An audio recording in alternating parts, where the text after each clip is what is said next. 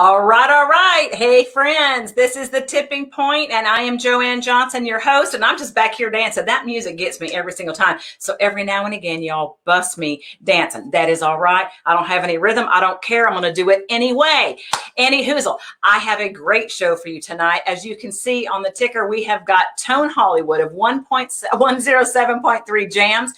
Said that enough times in my life. I don't know why I messed it up. I guess because you know how I am. I get super excited because my friend is here. It has been way too long since Tone Hollywood has been in the studio with me, and I want to hurry up right now, and I'm going to bring him in because I can't stand myself right now.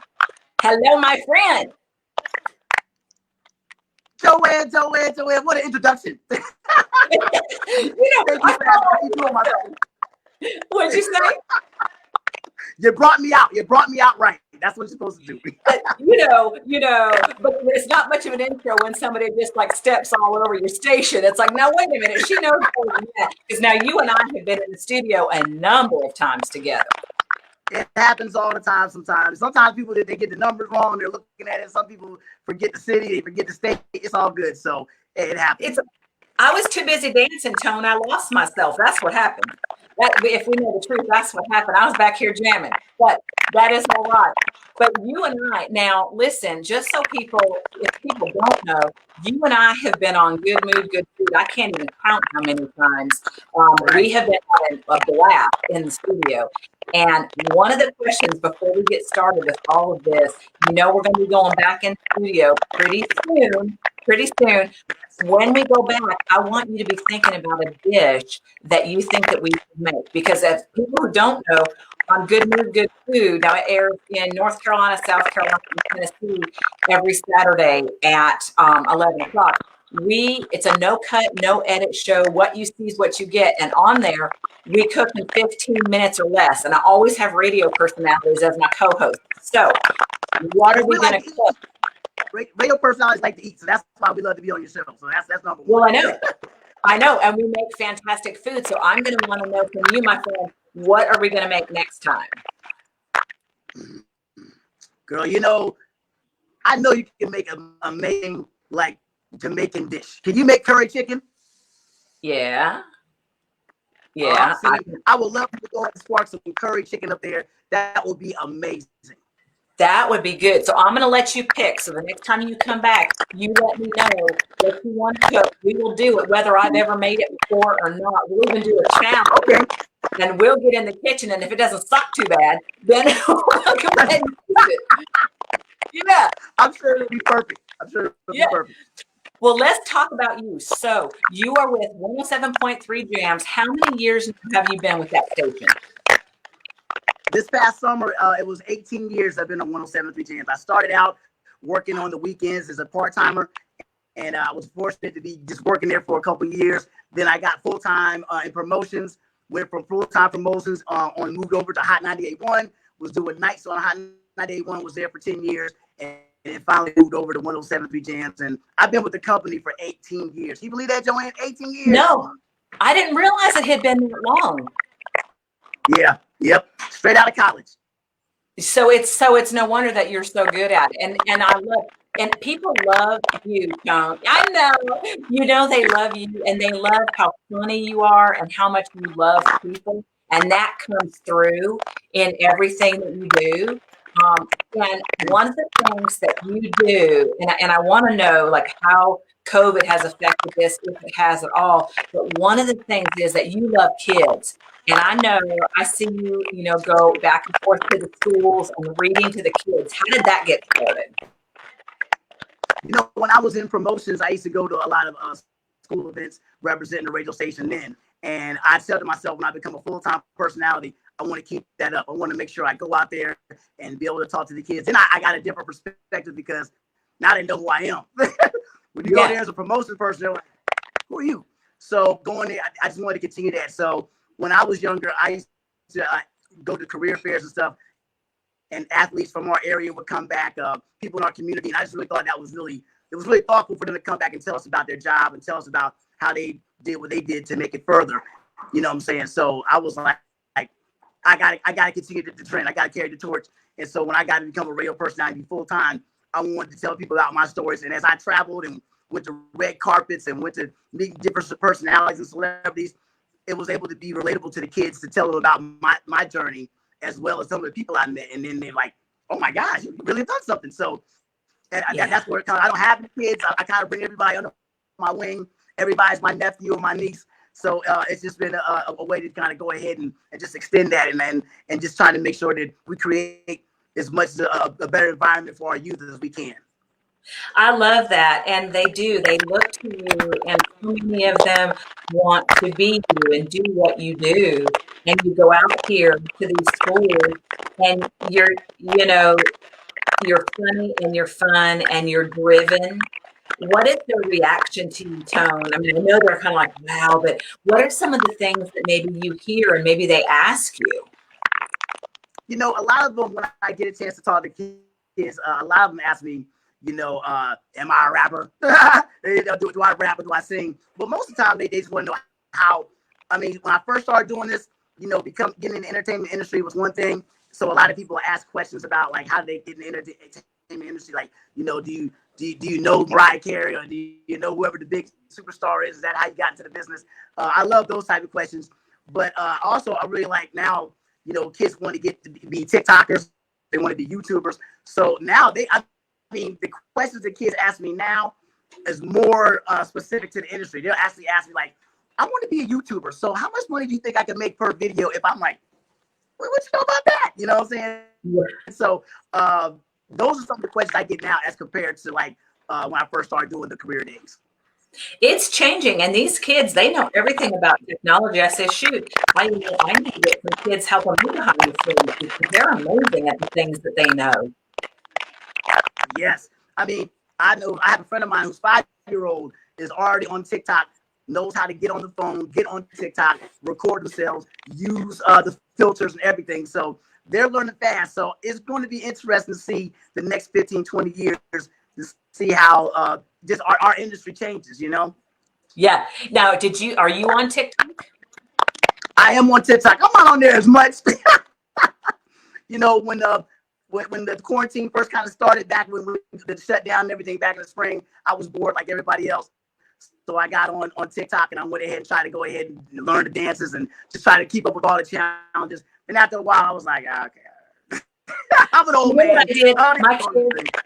My kids were showing out because I've got 3 teenagers at home, and they were showing out, and I threatened them when they get off kilter. I'm like, I'm going to join TikTok. I'm going to get up there. I'm going to start working for everybody. My kids are like, oh my God. It's a good, I can threaten you with that. Right. No. Don't take TikTok from me. Nobody wants to see it. Now, and for our viewers today, if y'all are hearing this clicking and all of this going on, this is reindeer is what we're saying. We don't know. There's something that there's a storm, and he's in Greenville. I'm in Seneca, South Carolina. We're having some sort of I don't know if it's the weather, what it is. Just please overlook that. But anyway, if you can ride through it, we're going to have a good time. So I want to talk to you, Tone, about COVID. How things have gone for you in regard to radio, and actually, how has COVID changed your life?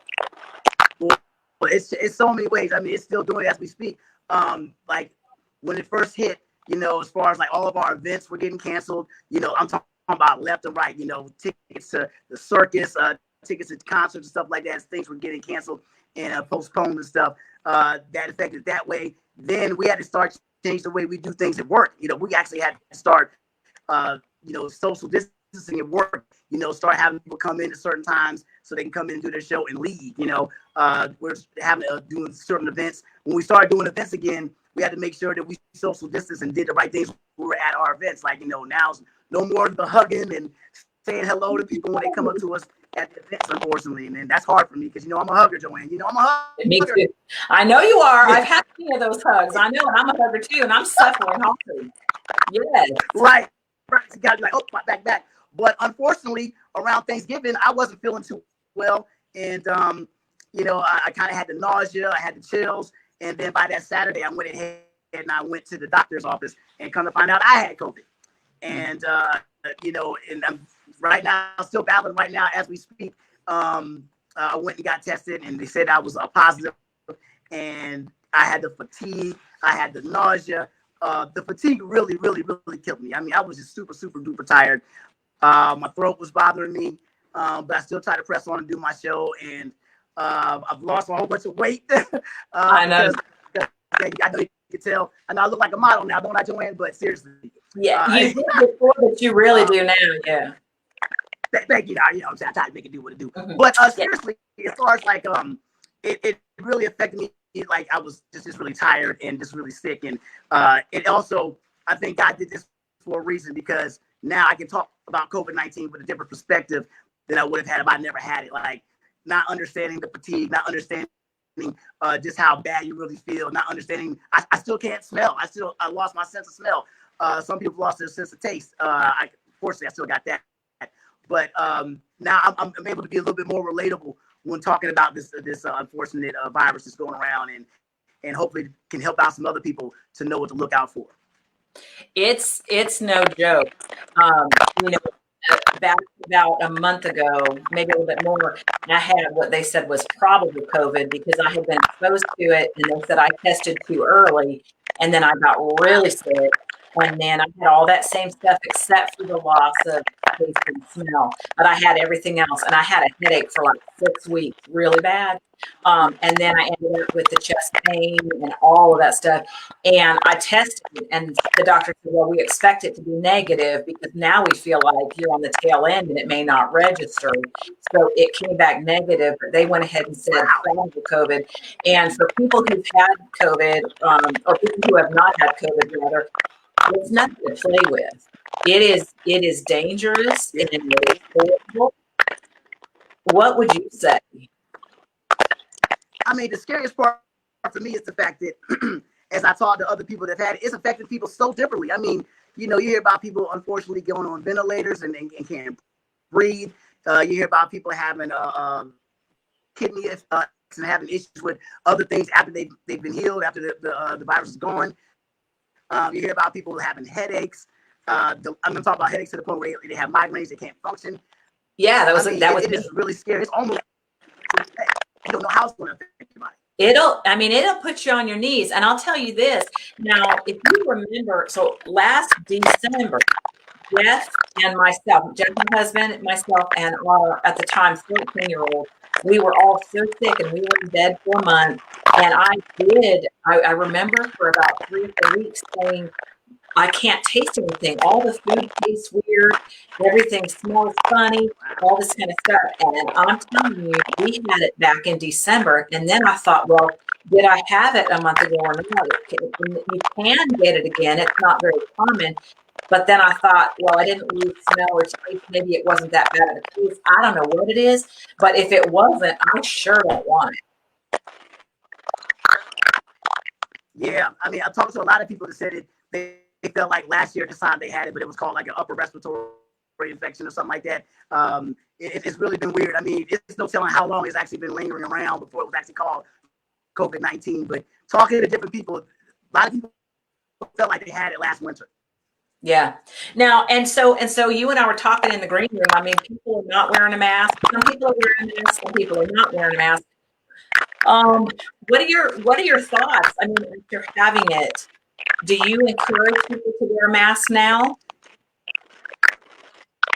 Yes. I mean, I was a mask wearer before when the whole thing really kind of went down, you know, and seeing people going to the grocery store with the mask down their chin and not having it up on their face or having it around their ear. I mean, it really does prevent a lot of stuff. I mean, you know, I know I was wearing my mask and I still got it. I still don't know how, but still, you got to wear your mask. You got to go ahead and do social distancing. I mean, there's just no way that we can straighten the curve if we don't do that. You know, it's funny. I don't know if you heard about Tom Cruise going off at his movie set, but he comes to find out that employees that were on the set that not only weren't adhering to the 6 feet rule, you know, the social distancing, they didn't have their mask on either.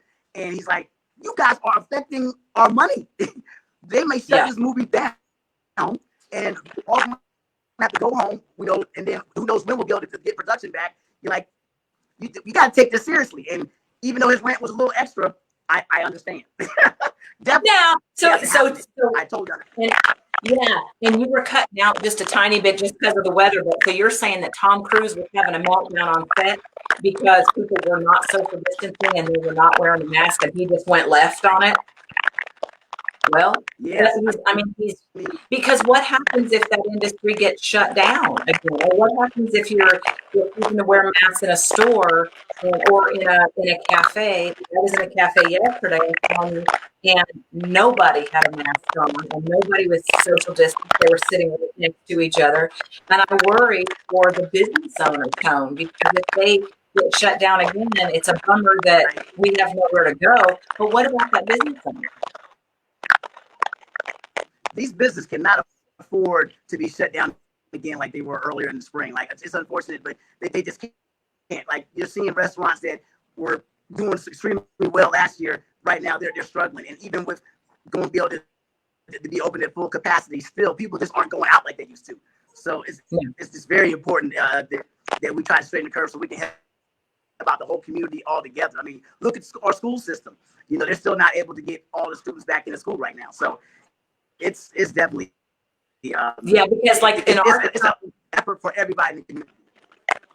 how many do you know Right, offhand? right. Do you know offhand how many cases in Greenville, South Carolina, you guys are averaging a day?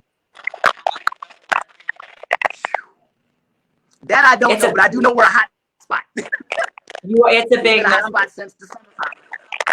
Yeah, Yeah, yeah. I don't know the number either. I haven't looked at it recently, but I know like Pickens County is like right, 120, something like that. A couple of counties hovering around 75 a day, something like that.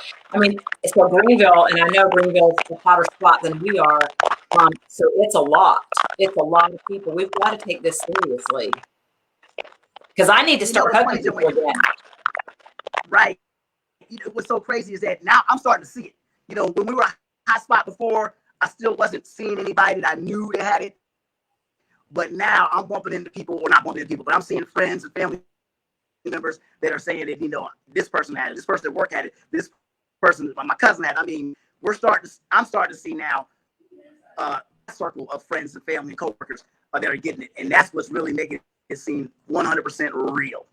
Yeah, and we've lost some friends here in the last month to COVID. My niece was actually hospitalized for it, and she just recently got out. But you and I share a lot of mutual friends, and when I say this, you'll know who I'm talking about. But one of our athletic friends has lost his father, and the mom's husband, and they've also what a month before that lost a couple of uncles and things like that. I mean, people are losing several family members in their, in their own tight knit family. I mean, it's devastating. It is. It is. It's heartbreaking to find out that it's happening because I guess back in the spring, back in February, it just seemed so preventable, right? It seemed like wow, you get it, geez, wear a mask. But you're starting to see people that are getting it that are social distancing, staying at home, and somehow they're getting it. And like I said, it's affecting people so differently. Seeing people pass away from it, which is so unfortunate. Seeing people going into the hospital and being on a ventilator. I just had a good friend of mine, didn't even know he was sick. I was sick. We hadn't heard from each other in a couple of weeks. He was in the hospital for 8 days. Wow. He lost 25 pounds, but I mean, that just shows you right there. Wow. It's real, and I'm hoping that everybody can understand. I want to ask you something. Let's go back to something with JAMZ, because this is something that you're working on as your Christmas giveaway, and I really want to give the opportunity to 107.2 JAMZ and Tone Hollywood to talk a little bit about what you're doing. I know you got a little waylaid because you were sick, but I saw you say on social media, you said, "All right, I'm getting healthy, and as soon as I do, it's going to be on." So let's talk about that giveaway and what you're doing. Well, right now, what we're doing the 107 JAMZ Christmas wish list, which is still available on the website at 107jams.com. You can sign up, tell us what's a bill, something that that you're paying on that you want to go ahead and take care of. Let us know the amount, and what we're doing right now, we're randomly picking people, and we are taking care of that bill. Like if it's JoAnn, if you send us a $150 power bill, I'm gonna go ahead and take care of you. I'm gonna round it up to $200 and make sure you get that bill taken care of. for the holidays. Yeah, keep the lights on, girl. Yeah, because I lost my day job now. I lost my day job a month ago today. So baby needs a new pair of shoes. I'm gonna send her a wish list. That money, you can go ahead and save that money and then go ahead and get your pair of shoes for yourself. Well, and I would, except for Jeff just got me. Now, here's my thing. Now, you guys, those of you who know my husband, he's a fantastic man. And he's been in construction forever. And every now and again, he does these handyman jobs on the side just for kind of grin. But we've got a friend who owns a company it's a retail store actually in downtown Clemson. And Jeff trades out for shoes. Let me tell you, he goes and hangs pictures and does these things for her. And my man comes home with these name brand shoes for me. And it's very exciting. These are shoes that I can't normally afford. So when you see me walking through town and you go, oh, she's got some nice shoes on, this ain't my husband. But I will send you my power bill. How about that? There we go. Send it to me, girl, because, I thought you tried to get some extra shoes out of me for me. Yeah. Yeah. Well, talk about real quick before we go. I'm a shoe person too, JoAnn. Huh? I'm a shoe person too, JoAnn. I'm a shoe person. So I want to make sure you're wearing those shoes next time I see you. I know you are. How many pairs of shoes do you have now? Yeah. It's a lot. It's a lot. It's a lot. My daughter, my 20-year-old is like that. She has more shoes. That's just her thing. She just absolutely loves them. And I don't know what it is, but shoes are something. And people look at your shoes. You can't be going in anywhere with your shoes all scuffed up or whatever because people look. Mm-hmm. They will judge you. We'll see the dirty shoes and be like, what's going on with her? Get this. We went to church the other day and I had to run and because my oldest daughter, Jordan, she's got two younger ones. And so I just thought, I'm going to go get them for church. And I threw my house shoes on and I ran to get her while Jeff was getting ready to go, get ready to go to church. I forgot to put my house shoes on and I rolled up at the church with the house shoes on. I did. I did. The only positive spin on that was that I was wearing a mask. Okay, because just so you know, my house was not very attractive. It was not a good look for me at all. But anyway, let's talk really quick before we hit the local lookout. The back end of the show. Talk to me about anything else going on at JAMZ that everybody needs to know about. Well, I tell you what, we're planning, and I'm producing a very amazing 107th JAMZ holiday special that I'm not going to give too much details about, but just to let you know, it's going to involve all the 107th JAMZ staff and just taking it back in memories of things that we've done when we grew up as far as our favorite Christmas memories. And we're going to share them with our listeners, and hopefully they'll share this book back with us. So that's going to be really fun. And then we're going to shut it down and get ready for a great 2021. What about you? It's going to be an awesome year. We're gonna get rid of 2020. We're never to speak of it again. Okay, this year was something for the books. I don't know. We're just not going to speak of it. We're going to start looking forward to 2021. It's going to be an amazing year. I want you to come back. I will call you because we will get ready to go back in the studio for good mood, good food. Let's get to the local look here really quick. We've got some pretty amazing things getting ready to happen. We have got a Jazzy Christmas is coming up. Jazzy Christmas tomorrow. They have changed the time, though, just about an hour ago. It is downtown Seneca, South Carolina, a Jazzy Christmas, which is Thursday. That is tomorrow. It's now changed to 5 to 7. There's going to be the Foothills Dance Conservatory will be there. Jamie Wright will be there. I will be there. We're going to take our show on the road, as you know we do sometimes. We show up at festivals and grand openings and different things. But we're going to be down. We're going to interview some people from the Foothills Dance Conservatory. We're going to take a look maybe into some local businesses on Rampat Alley. There's some fantastic things that are going on. And I want to go ahead on the bottom here. Information for the Jamie Wright Band, like I said, will be there. Information on Jazzy Christmas. It's going on the ticker. You can see how to get to that. But please do not forget about the Duke Energy Festival of Trees. Now, the reason that this is so important for us, for the JoAnn Johnson Media Foundation, is because the local BNI group, Tone, get this is exciting. The BNI Golden Corner chapter in Seneca shows the JoAnn Johnson Media Foundation as the recipient should their Christmas tree win. And that's going to help us in so many ways, with Good Mood, Good Food, with Empower Your Body, Empower Your Mind, with the tipping point, and with our outreach, Voice of Hope, which helps women whose voices have been silenced. We're elevating and amplifying those voices too. We're getting ready to do amazing things. And so please go to Duke Energy, Duke-Energy. I'm going to run it on the ticker and vote for tree number 2. Please have your pets, your neighbors, people you like, people you don't like, have everybody vote for tree number 2. Help us to be able to continue to positively impact people who need to overcome adversity and women who need to have their voices unsilenced. All right, now, last thing, let's see. I think that's it. Oh, before we go, we have coming up on Monday, Tone, one of our friends is coming to play with me on Monday, and that would be Action Jackson. So, Action Jackson of 95.9 WRTH will be here in the house. So, it's been The Tipping Point. I'm JoAnn Johnson, visited today by Tone Hollywood. You guys, thank you for coming, Tone. Thank you for coming. And I'll be seeing you soon, my friend. I've missed you, and I'm so glad to have spent some time with you. All right. See you guys later. Merry Christmas to you and your family. I love you. And thank you so much, girl. Thank you. Merry Christmas. All right, guys, we are going to bug on out of here. It has been a pleasure spending time with you. As always, be humble, be kind, and as always, lead with love. I love you. We'll see you soon.